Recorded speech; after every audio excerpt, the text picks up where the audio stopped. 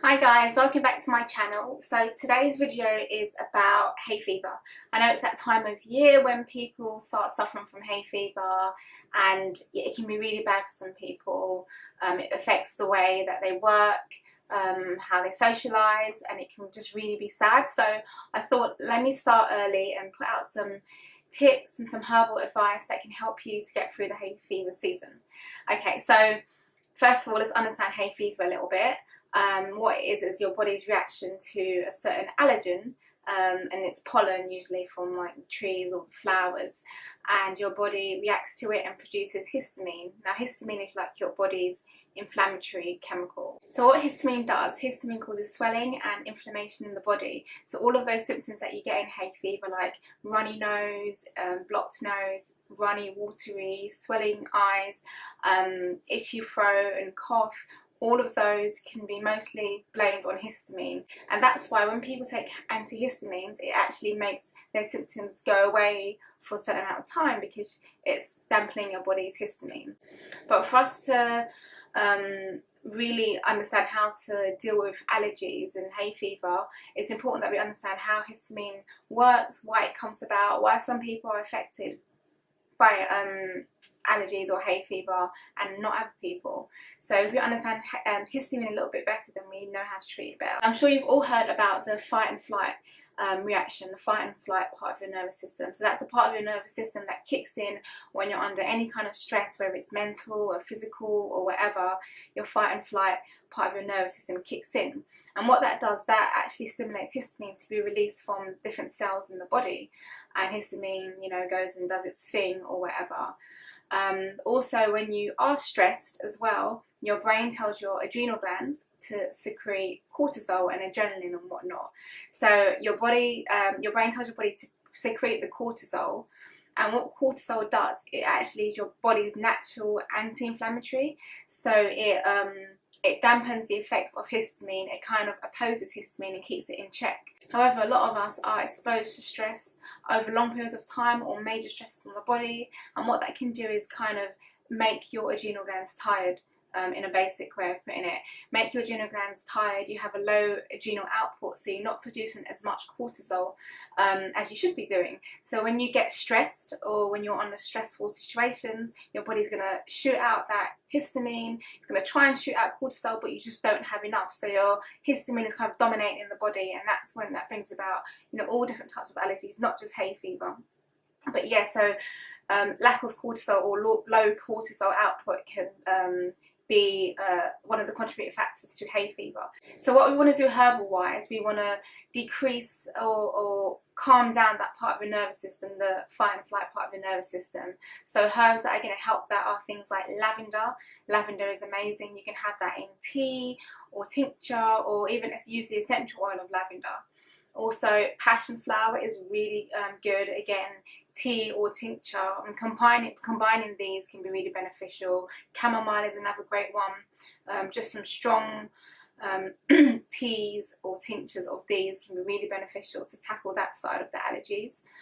Also, we're going to need herbs that are going to support your adrenal glands and to help your body to put out enough cortisol. So one of these herbs, a really good herb for that, is licorice. Licorice is amazing. What it does, it increases the half-life of cortisol. What that means, it helps cortisol stay in the body a little bit longer and stops it from breaking down too quickly. So that means you've got more cortisol in your body for a longer period of time. You're going to have more anti-inflammatory effects, and it's going to keep that histamine in check. Also, herbal adaptogens, they're great. I'm not going to go into too much detail. I'll put a link below to a blog post on some adaptogens that you can read about them and what they are. Some examples are ashwagandha, Siberian ginseng, rhodiola, schizandra, just so many herbal adaptogens, but you can choose which ones are suitable for you and they will be beneficial for you.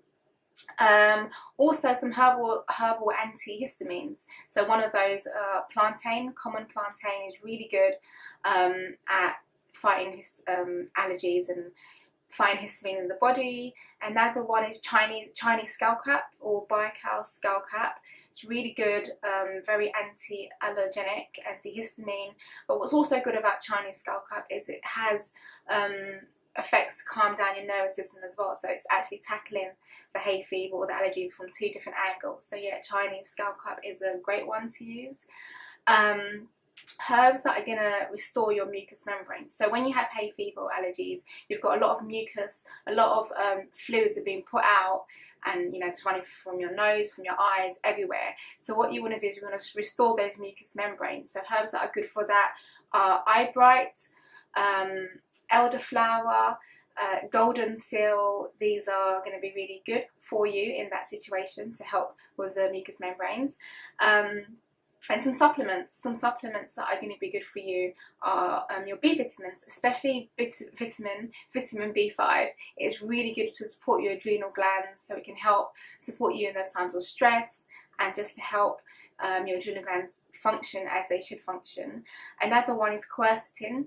Now, quercetin is a natural substance that is found in a lot of the foods that we eat, but having it as a supplement can just further help you in those desperate times. So quercetin is a really good one to get. And just some general tips: making sure you get enough sleep in your life is important, because if you have a stress in your body like lack of sleep, it's really going to affect the way your adrenal glands perform. So getting enough hours of sleep and getting to bed at a decent time as well, because sometimes there's no point going to bed at 3 in the morning. Even if you have 8 hours, it's not going to be great for your body.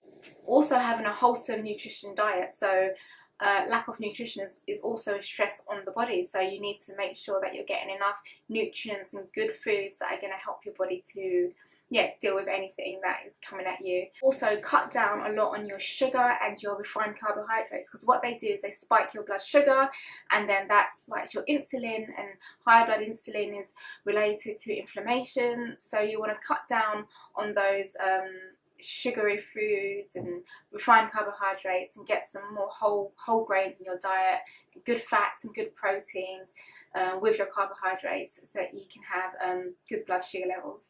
So yeah, I hope this video was helpful for anybody. I hope I didn't go too fast and it's too complicated. If you have any questions, just write a comment in the description box below and share this video, because hay fever season is coming and people are going to be really looking for support, and it's best to start your hay fever remedies from now. Start them all from now so that you're ready for when that season starts. Okay, take care, bye.